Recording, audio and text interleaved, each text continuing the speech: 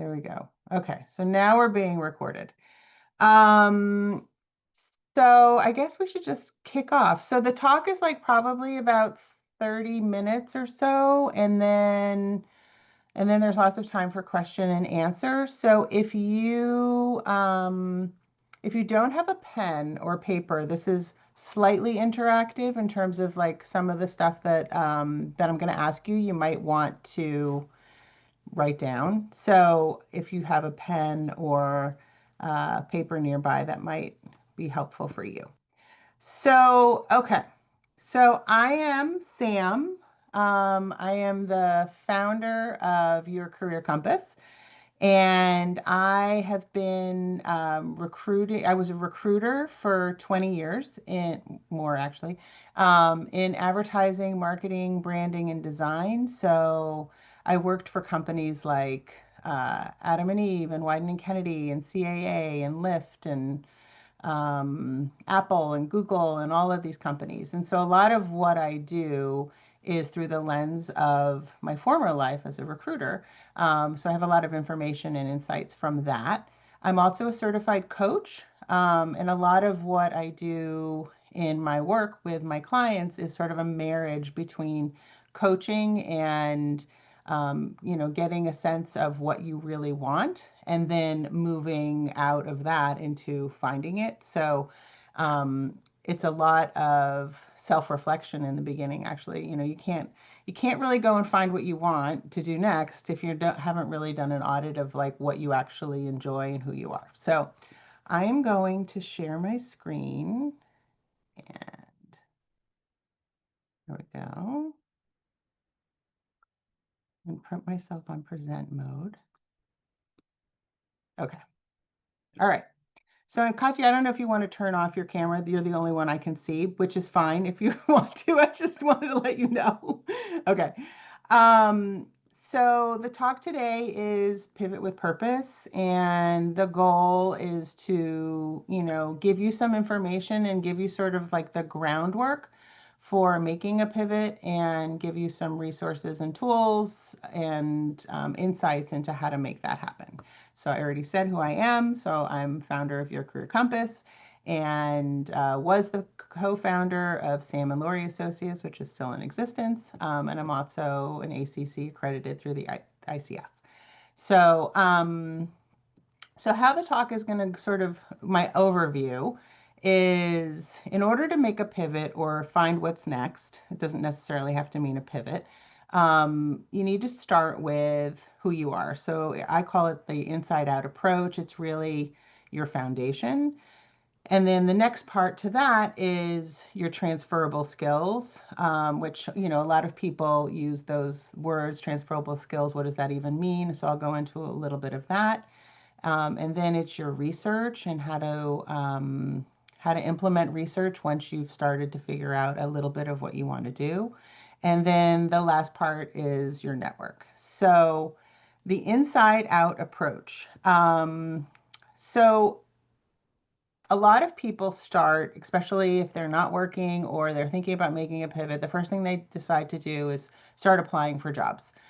They start scrolling through, LinkedIn or whatever the job board of the day is, and they start looking for opportunities that they think that they're interested in.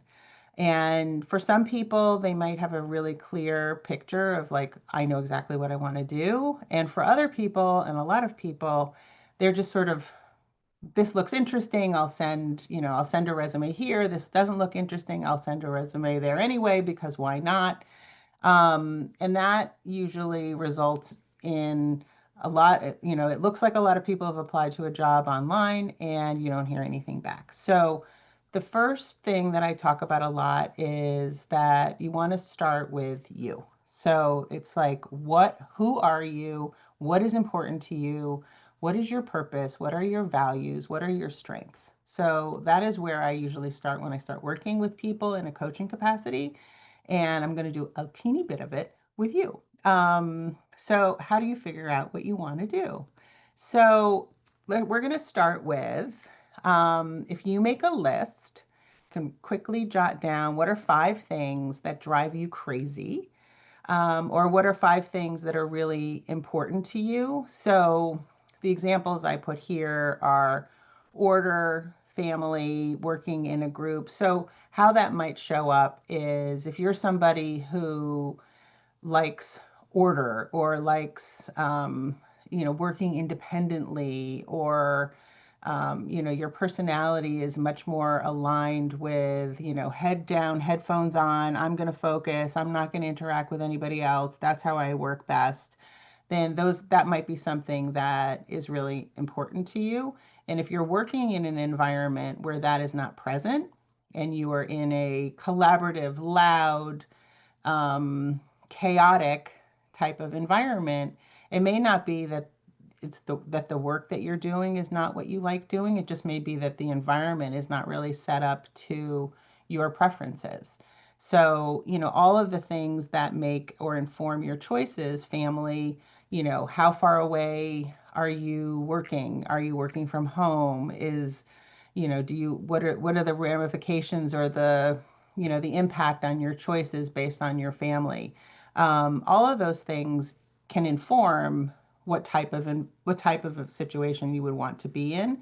And those are really the beginning of your values. So, if you're somebody who really likes to be collaborative and you are working in an environment that's going to be something that you're not going to feel good at necessarily at the end of the day. So it's just the beginnings of what your values are. Oftentimes, when something is being challenged, when you're sort of reactive to something, it's often a challenge to your values. So, if you walk into a room and you're a neat freak and everything is totally all over the place and you're like, oh, this is making me crazy, that tends to be, that's your value of order or neatness or organization, where somebody else might walk into the room and not even notice.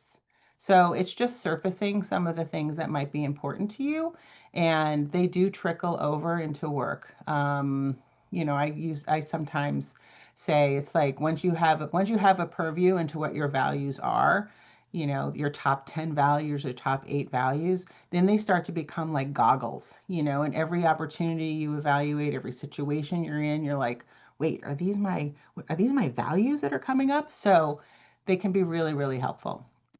So now I'm going to move on.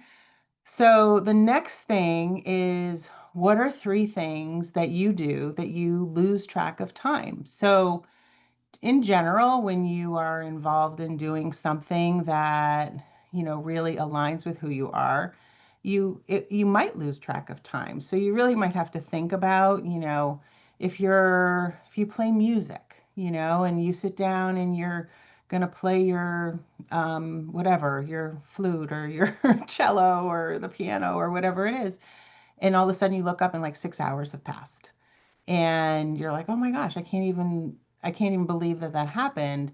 The question that you want to ask yourself is, what was it about doing that thing that I enjoyed so much that all this time passed by without me even realizing it?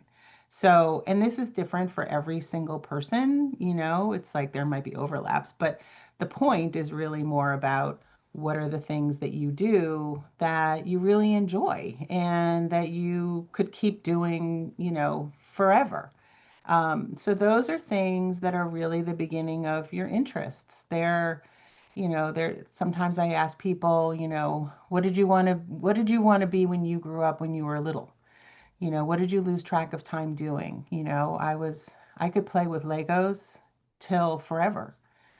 I did not end up going into building anything, but I definitely liked the process of doing that, or drawing or something like that. So those interests can be really informative, especially when you're starting to think about, well, what else do I want to do and what else do I even like to do? So the next one is, what are 3 reasons that someone might come to you for help with something? So, and this is really telling, and you can ask yourself this question, right? And you can also talk to some of your family members, your friends.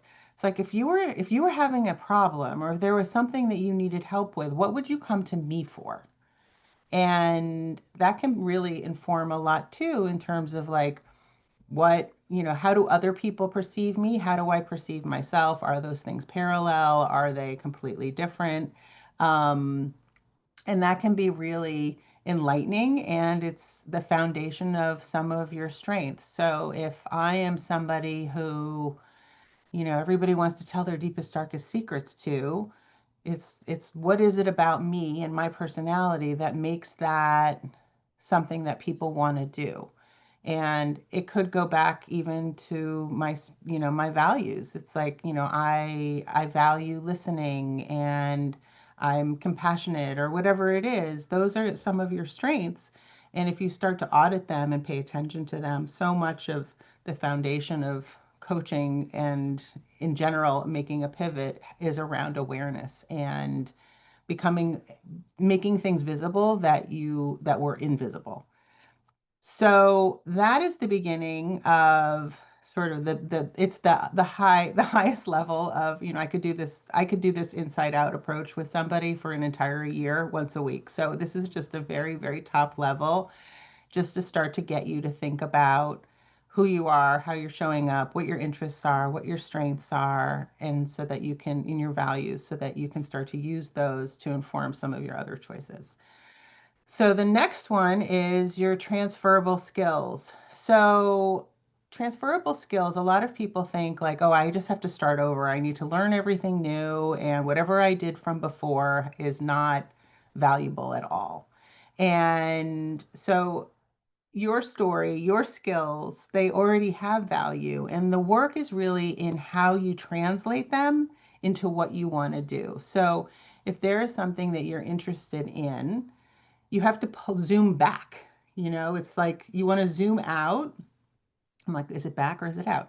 Um, to say to yourself, what are the critical, bigger picture parts of what it was that I did, and how can I apply that to something else? So like a layman's version of that is, you graduated from college and you're like, I don't have any real work experience, but I did wait tables. It's like, even if you were to sort of drill down on like, what are the skills that are needed? We've all eaten out at a restaurant, so we all know what it's like to be around somebody who is a good, server. So they are patient, they are kind, they are managing timelines, they're customer facing, they are unflappable, they are gracious. Like all of those things are basically transferable skills. So even if you don't have direct experience, if you start to think about an audit, what it was that you actually were doing and what your strengths were that you were using in order to, solve a problem or whatever it is, if you start to audit your experience, you can pull out. And from there, you can create basically a new job description. So, for example, let's say you were a freelance TV producer. So, what are the skills that are involved with being a TV producer? Like you're probably very organized, you're probably very good under pressure, you're probably able to manage lots of different people doing lots of different things at lots of different times. There's a lot of careers that if you start pulling out the skills, and you can literally almost do this with chat, like you can literally pull out all the skills, put them into chat, and then have it and give some context and prompt, and it might come back with creative operations or branded content or storytelling. Like it's hard to know which way it would go based on what you put in, but it's the beginning of what else can I do? Let's say you were an actor or a YouTuber, and you're on camera and you're communicating. It's like there's lots of skills even in presentation that, if your job as an account person in an advertising agency is to present, what else can you do where that skill is going to be really, really valuable, which is a big part of what making a pivot is. I feel like I have an eyelash stuck in my eye. Sorry. So, if you're a broker, even like that's not a creative role. And I know that most of what I do is within some sort of creative role in some way, but you are negotiating or you're building trust or you're, creating client experiences. So all of those things are just sort of your foundation of thinking about, well, what do I actually do? And what could I do in another, in another type of role? So I would like for you to write down three verbs you've done everywhere you've worked. So those are really the beginning of your your transferable skills. So depending on what you've done and how long you've been doing it, there are probably themes, and there are probably also themes of things that you have done that you really, really enjoyed, and there might be some things that you've done that you really didn't enjoy and you would rather not do again. But it's just starting to create a little bit of a narrowing of the funnel to thinking about what's next. So the next thing is, so now you kind of have a little bit of a sense of who you are. You kind of have a little bit of a sense of your skills and maybe even the beginnings of your transferable skills. So now the next part is really about your network. And when I think about networking and you think about, what is the impact of your network on your search? Like the very beginning part is like informational interviews and being unbelievably curious. So you're starting to create in the first part of what I'm talking about, like an idea. And now you have to take your idea and you have to find out what it is in real life, in a real company attached to a real job. So even before you're applying to jobs, you want to talk to, if you're thinking about, one of my coaching clients switched from working she worked in a museum at Yale, and she pivoted based on doing all of this work into, she ended up working in an advertising agency managing the awards process. But the in between to that was project management because there were a lot of crossover skills between what she was doing and, creative project management and, making things move from one place to the other and keeping people on timelines and all of those sorts of things. So, in order to figure out what she wanted to do within that, she must have talked to 20 different people who were in some form of some type of project management, some in creative fields, some on client side, some unrelated fields, just to get a sense of what do they use in their day, who are they, how do they function, what are the other departments that they interact with, all of that kind of stuff.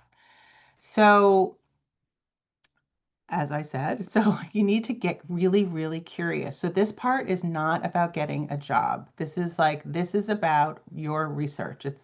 You are writing a paper about what you think you want to do, and you really probably have almost no information. And so you need to find all kinds of people to start talking to and ask them, what's the best part of your day, and what is the part of your day that you are less excited about, and you're listening for things that resonate and land with you so that you can either steer deeper into that or make another pivot. So this part of the process is like not straight. It's really, really jagged and ragged. It's like you go this way and you talk to somebody, you go this way and talk to somebody, and you just keep kind of going along until you talk to enough people who do the same thing that you're like, that is really interesting. I think I want to do that. Um, and then you start to network in a different way. So, who's one person you could talk to this week to just learn? If you could find out about anything, what is it that you want to know about? And just get curious, and then you will go and find them. I'm going to show you some ways to go about doing that. So, networking 101. So you want to find the people who are going to help and who are going to talk to you. And one of the nice things about doing this research curiosity networking is, in general, it's much more disarming for people if you reach out to them and you're like, hey, I just want to learn about what you do. Like most people like to talk about what they do, and they're less likely to respond if you're like, hey, I'm looking for a job as a project manager. Like that's like, oh, how many people are reaching out to that person? But if you're reaching out and you're like, I'm working at a museum And my job is to move around all the art and schedule the installations and schedule all the people and all of this stuff. And I'm thinking about making a pivot into project management. Would you talk to me? If you're the project manager that this person reached out to, you're probably like, okay, 10 minutes, I can do it. So how do you go about doing that? So adding to your values and your strengths and your interests. This is leading into the reaching out part. So if you want to take a minute and write down a couple of your favorite hobbies or your favorite movies or books, or it doesn't really matter what it is. It's like anything that's just specific to you, where you grew up.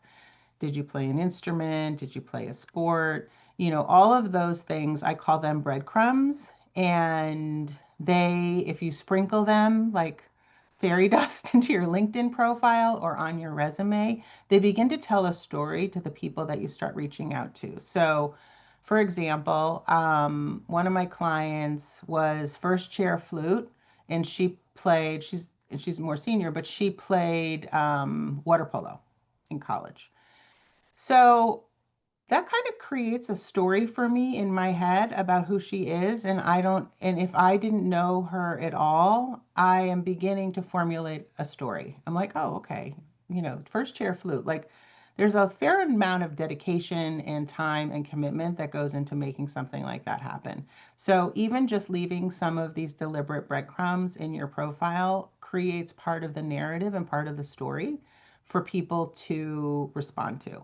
So, and the other thing is when you start reaching out to somebody, and if they have done the same thing, which sometimes it's buried in an about section on LinkedIn, sometimes it's at the bottom of a resume, you don't really know. But if I'm reaching out to somebody and I was the first chair flute, and they were also somehow, they mentioned something in their profile or somewhere that they played flute, that is going to increase. Not only am I reaching out to this project manager because I want to find out more about project management, but I might pull in and, oh, and by the way, I saw that you played the flute and so did I. Another plus for them potentially responding to you so that you can get on the call with them. So networking isn't about asking for a job. It's about shared interests, backgrounds, and curiosity and connection. And that is just so important. So in order to be strategic about your job hunting and expanding your network, you need to start with what are your interests? What are the areas that are resonating with you? Who are you? If you are interested, if you ran track in college or you are a runner, like if you don't know where to start, that's where you start. Like start with the things. If you like to cook, then what are the brands in the world that are related to cooking? It could be knives, it could be King Arthur flour, it could be Gourmet Magazine, it could be actually just the foods, it could be for sports, Nike, Adidas, whatever. Adidas, I don't even know. My kids would be very upset. And then use those to expand your network. And I just want to add to this that many years ago, well, not that many, probably 5 years ago when I was still recruiting full time, I had a brief from Brooks Running and they were hiring a strategist. And finding a senior strategist who wanted to work at Brooks Running was not the hard part because lots of people wanted to work at Brooks Running. But there were some other criteria. One was that they had to be on location, they had to live in Seattle for this job. So if they weren't already living there, they needed to be open to moving. And second was that they needed this person to be a runner. So, when you think about job search in terms of the person who's doing the hiring, and how does somebody go about finding that somebody who's specific? If you leave some breadcrumbs, that can help immensely. So, while I'm talking to people and going through their portfolios or their, if this was a strategist going through their resume, and I'm looking at, what kind of work does Brooks Running do and put out into the world? It's more emotive. It's not like Nike, it's a different type of brand. And then I'm looking at like, did they go to school in the University of Seattle? Like, are they from the West Coast even? I'm looking for things like that. I'm going into people's LinkedIn's and I'm like, oh, this person ran track. Maybe they were still a runner, maybe. And so by doing that, eventually I was able to identify and find the person that they hired, but it was not a direct, easy path. And so if you start to think like that, then you're now targeting in a much more specific way. So the last piece of this is the rabbit hole. And so how do you start and how do you approach your research, especially, beyond these are the people I know. Maybe you go back to some places that you've worked and you're like, okay, let me think about, who was on my floor, who sat near me, whatever you're using to sort of broaden the people that you already know into something greater than what it already is. So I talk about this as the research rabbit hole. So the research rabbit hole means that you can enter from any of these, what is it, six? Um, any of these six starting points. So if it's industry, if it's company, if it's the product or the work, if it's a job title, the people, or even just, oops, even just skills. So why did that happen? There it goes. Oh, hmm, it's frozen. There it is. Okay. So if you are starting with industry, it's like, okay, so it's cooking or baking or whatever it is. What are the companies that I can think of that are related to that?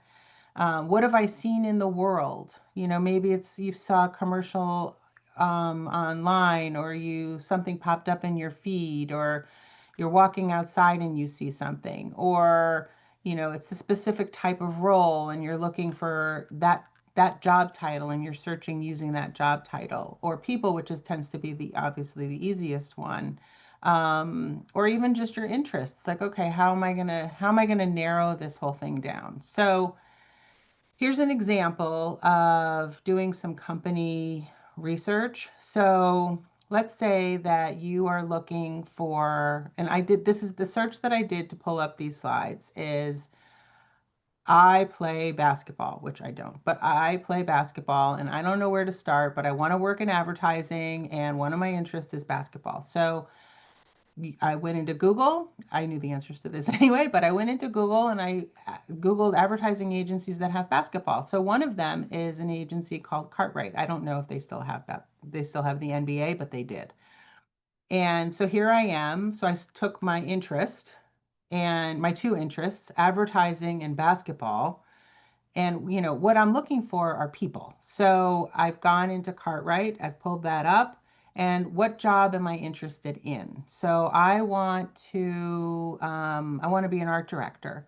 So I'm going to type in under where it says employees, I might type in art director, and then all the people who are art directors who work at Cartwright are going to come up, and I am going to, these are static, so you can't do it, but I'm going to click on each one of them to see where they've worked, if they have a portfolio. I'm going to look and see all of these things. I'm going to look for breadcrumbs that match my breadcrumbs, right? You're looking for things like that.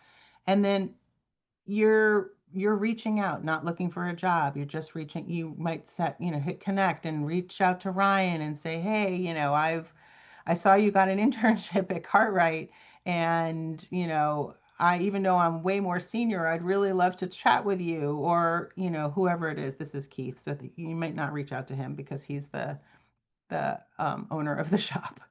Another way to go about doing this is, where did you go to school? So there's a million different ways you can approach your research searching by school. So if you had gone to Emerson College, you might go onto LinkedIn, you'd pull up Emerson College, you would see that there's 64,000 people who went to Emerson College who are on LinkedIn. So you can go to the alumni section here and you can type in whatever it is you're looking for. So from here, it's like, if you're looking for a job title. You want you're trying to sort of find out whether or not you want to be a project manager and you don't really know any project managers in your network.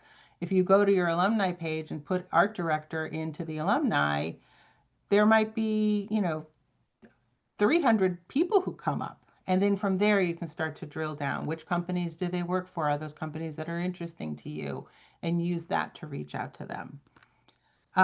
So I always say, and this is pretty much the end because I want to leave a lot of time for questions, but I always say to look for and find the helpers because there's so many people out there who really genuinely want to support and want to help, and you just have to find them, and it only takes one person to give you, to give you the insight or to give you the idea that leads ultimately to a job. The other thing that I don't have a slide up for this, but I do want to mention a couple of things. One is that you have to remember that people are looking for you. So remind yourself to look through the hiring lens of wherever your materials are going when you are starting to apply. If you are too broad and you're too vague about, I could do this, this, and this, the person who's doing the hiring is likely not looking for this, this, and this. They're looking for one thing. And if they have 100 resumes to go through from a job posting, they are eliminating. Like their goal is to get to like 10 people and interview five and hire one. And so creating this environment where you are covering your bases is tends to really work against job search. You're much better off, even though it feels very scary, to be far more specific and go in targeted so that the person who's reviewing your resume, because eventually, hopefully, somebody is actually looking at your resume, um, they will see something that's like, this is who I've been looking for.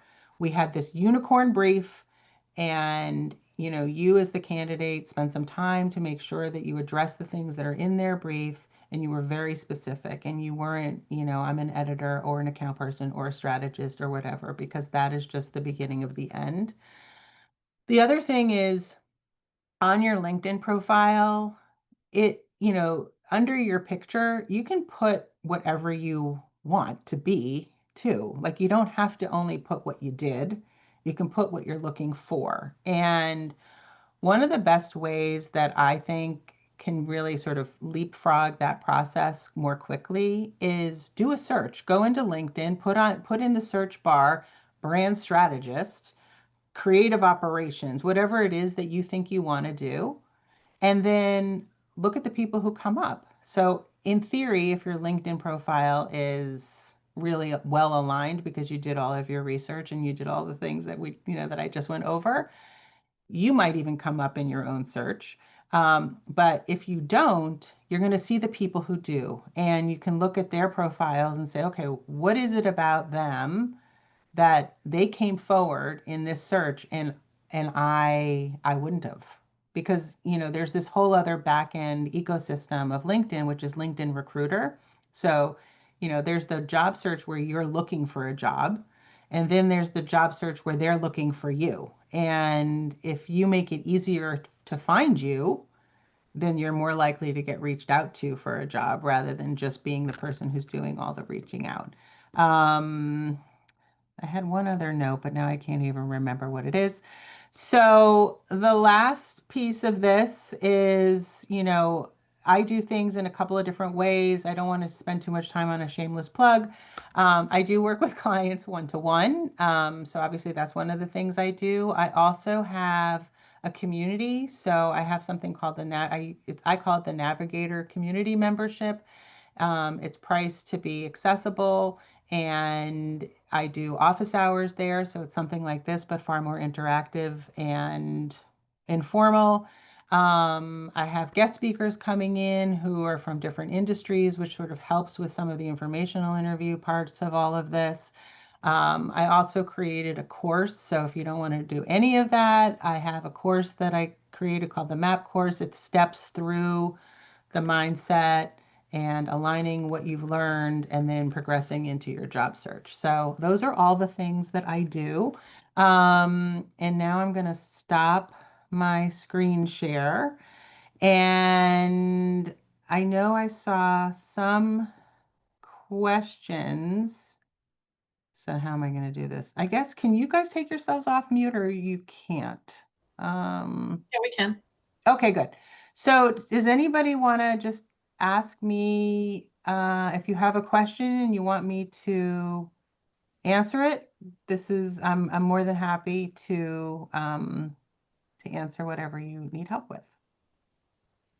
I do have a question, but I don't want to squeeze out anyone else. Well, why don't you ask and then if anybody else has some questions, they can ask too. So I was curious about the breadcrumb exercise. Yeah, Um, because it seems to me, well, I guess you don't want to overdo it. And so to put it in your resume, but not in LinkedIn, like where are we leaving the breadcrumbs on LinkedIn. on I LinkedIn? mean, I think you can put some stuff, if it's impactful in telling your story, I think you can put it on your resume. So, you know, at the bottom, sometimes people have like interests, or if you do volunteer work or something like that, I think it can be part of part of your resume. Mm-hmm. LinkedIn, for all the years I recruited, LinkedIn was a platform I used to find people. Mm-hmm. So how does somebody who's searching for somebody find them? They put in their job title, they put in skills they need. And then if they're looking for something that is harder to find, then they're drilling down into what this person's extracurriculars were in 1984. Mm-hmm. So I think in LinkedIn, I mean, you don't want to overshare. It's not like you want to tell your whole life story. You just want to leave the things that you feel like are important in your story for somebody else to know, Right. so that if your background is, in creative operations, but you have worked in these types of environments and you have these types of interests, it may just land with somebody. It's like, how does how do you get pulled from the pile? One of the things I didn't really talk about, but I'll just mention, I think this was the other thing I forgot to say. Um, you know, I would say that of the people that I am working with and have been working with, everybody's getting a job through their network. They are not getting, it is very, very Right. rare to get a job Right. through a post. So, it's somebody pulling you from a pile internally. So the more of those informational conversations you have, those people serve a double purpose. They've given you information, and now you can also reach out to them because they work at a company that you might be interested in working at. Mm-hmm. And now you see something or they hear of something, and, then they can stay with you for that. So, Okay. um, are there any other questions that I can answer for anyone? No questions? Um, all right. Well, if there aren't any other questions that I can answer, then I guess that's a wrap for my Tuesday night. And I so appreciate, you coming and spending the evening here with me. And I hope this was helpful. And I'm here if you need any help. Hi, Diana. Hello. Well, thank you so much. This is awesome. I think that gives Oh, me a lot to think about because we good. have not thought about pivoting or looking for different things. But Yeah. yeah, haven't used LinkedIn for a while also. So, Yeah, I know it's hard. You have to like sort of dust off dust off the cobwebs to. but this is awesome. Great, great job. Great job. Thank Thank you so you. much. You're very Yeah. welcome, Deanna. Appreciate it. Okay, have a great night. I'm Thanks. I'm emailable if you think of a question at another time and you wanna ask. Okay? Super. Thank All Thanks, you. Sam. right. Good night. Thanks. Bye. Bye.